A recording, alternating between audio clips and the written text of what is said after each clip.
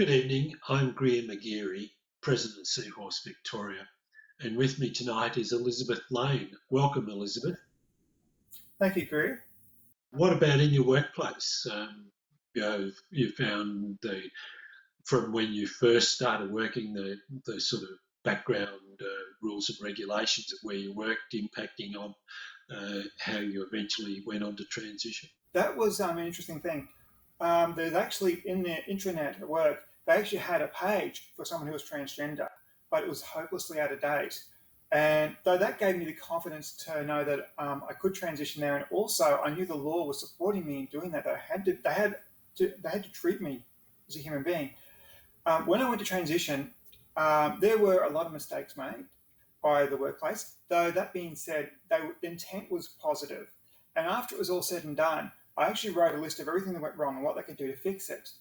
About a year later, another girl transitioned after me, and she had a few problems, but far less. They also started a diversity network after that, where I was on the steering committee along with a group of 11 others.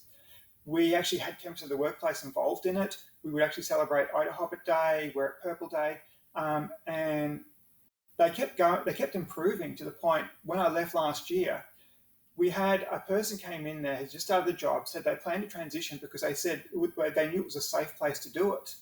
And I was just like, wow, in a 5-year period, that's a huge change. And it was all basically about being informed, them learning through the process, fixing their mistakes. And so as people followed, there was no issue. So one of the most reassuring things for me was apart from the out-of-date page of transgenders, which I actually helped update, there was also the fact that I did know that the law was very much on my side because of the acts that had been passed, that they had to treat me with respect. And they did everything they could to do it right. That's one of the benefits of a positive change to law, and it's lovely to hear a positive story and the impact that it has, particularly in workplaces, but also in broader society.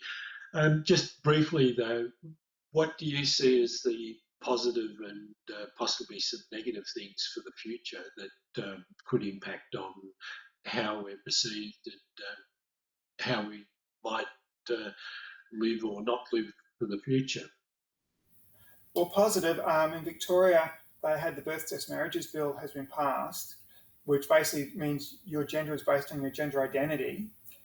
This is one I can only see as a huge positive because, like, the kids can't have surgery till they're 18. So if they're identified as trans at 5 or 6, they have the wrong gender in their birth certificate. This can be fixed. And even for adults who transition, you can't actually, if you want the surgery, you can't have the surgery until after psych's okay, and they normally want at least 2 years to prove you can do it. They're the positives that we're moving ahead. Probably the biggest negative is probably the religious freedom bill as a concern, in that, though I don't think they've got it for final draft yet, but my opinion, if I want to quote Justice Kirby, you have a right to stretch your arm out, but not to hit someone else in the face. And I'm concerned that might happen to our community. Yes, it has been a concern, and from what I can gather, that the bill that had been put forward twice before hasn't satisfied either circumstance. The worrying aspect of it is it sort of potentially legalise that people can legally discriminate against another person because they say, I believe that you shouldn't exist, and that's a worry for the future. But the positives really are that the way society has become, particularly here in Melbourne, much more accepting. Like, as I said, I have no dramas in all the things that I do, whether I use public transport or go shops or some of the other groups that I belong to. I'm just Greer. I'm another human being that contributes to the functions that I'm involved in, respected for the knowledge and abilities that I have. Sometimes they're not as good as they could be, but that's beside the point. I'm just respected for who I am, and even within the family, it's while it did cause issues in the past, and it still potentially could, but by and large, they're very accepting of where I am. in many ways, I think they see me as a better person in that I'm not the same potentially aggressive person that was as a young parent, and much more calming influence. That's part of the product of getting older anyway, but also the fact that I'm much more comfortable with who I am. And that's in broad the way I see it. Much the same difference for you, or? Pretty much. I mean, most people treat me as a human being. I don't even try to hide it. I'm not really fussed about it. Like I took up ballet, and the girls in there are fine. I'm just one of the girls, and they've been great. Uh, I sit down there. I just live my life as any other woman would. I'm relaxed, and I get treated as any other woman, really. Um, I don't know. Yeah, I mean, my life has been especially since transition. I'm at peace in a way I never have been before.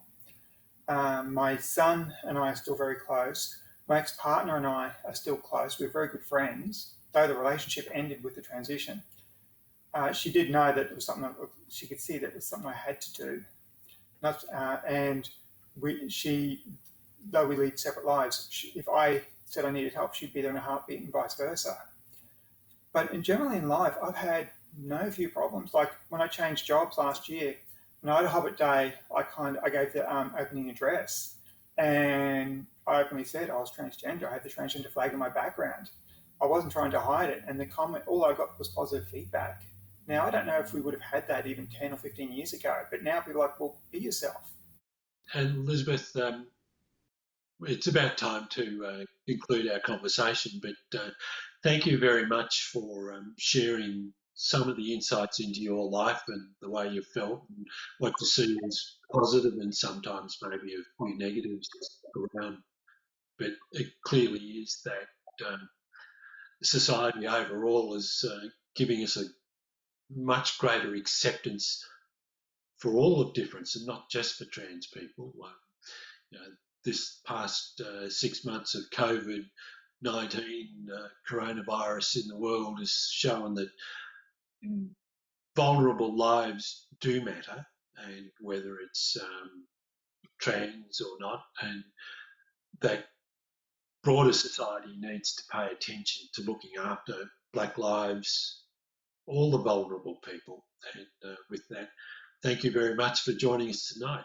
With me tonight was Elisabeth Lane, and I'm Greer McGearey. Thank you for watching.